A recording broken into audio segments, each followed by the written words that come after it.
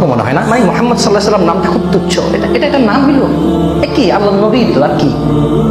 ইন্না লিল্লাহি ওয়া ইন্না ইলাইহি আউযু বিল্লাহি মিনাশ শাইতানির রাজীম। একে তো আমরা আমল করি না, একে তো আমরা অন্যায় বিভোর, একে তো আমরা খালি যা করণীয় তা খালি ছাড়ো, যা বর্জনীয় তা খালি ধরো।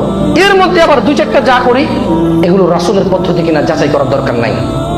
দেশের বড় বড় হুজুররা, দোষ দিচ্ছি না আমি কাউকে। আচ্ছা, আমার আজকের খুতবা আপনারা কাউ দোষ পাইছেন কারণ নাম ধরে? বড় আফসোসের সাথে বলতে হয়, বড় আফসোসের সাথে বলতে হয়, ওর রাসূলের সাহাবীকে চেনে না। ও আদেশ করে নিজের থেকে, নিষেধ করে নিজের থেকে। বলার পরে এটা কি রাসূলের আদেশ? সে বলে যে এতদিন থেকে চলে আসে রাসূলের আদেশ না হইলে এমনি এমনি বলে। সে বলে অমুক হুজুরে বলে, তমুক হুজুর একটা বলে, অমুক হুজুর একটা বলে। সে কোরআনও পড়ে না, হাদিসও পড়ে না, এরপরে বলে যে আমরা কোন দিকে যাবো। আর তুমি যদি কোরআন না পড়ে, হ্যাঁ তুমি তোমাকে বলি, আল্লাহ তোমাকে বাদ দেয়নি তো। তিনি তালিবুল ইলম ফরিদাতুন আলা কুল্লি মুসলিমিন ওয়া মুসলিমা বলেছে, রাসূলুল্লাহ সাল্লাল্লাহু আলাইহি ওয়াসাল্লাম বলেছে।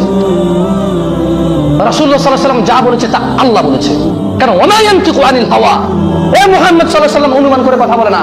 ইন হুয়া ইল্লা ওয়াহয়ুন ইউহা, যা ওনার প্রতি ওহী তাই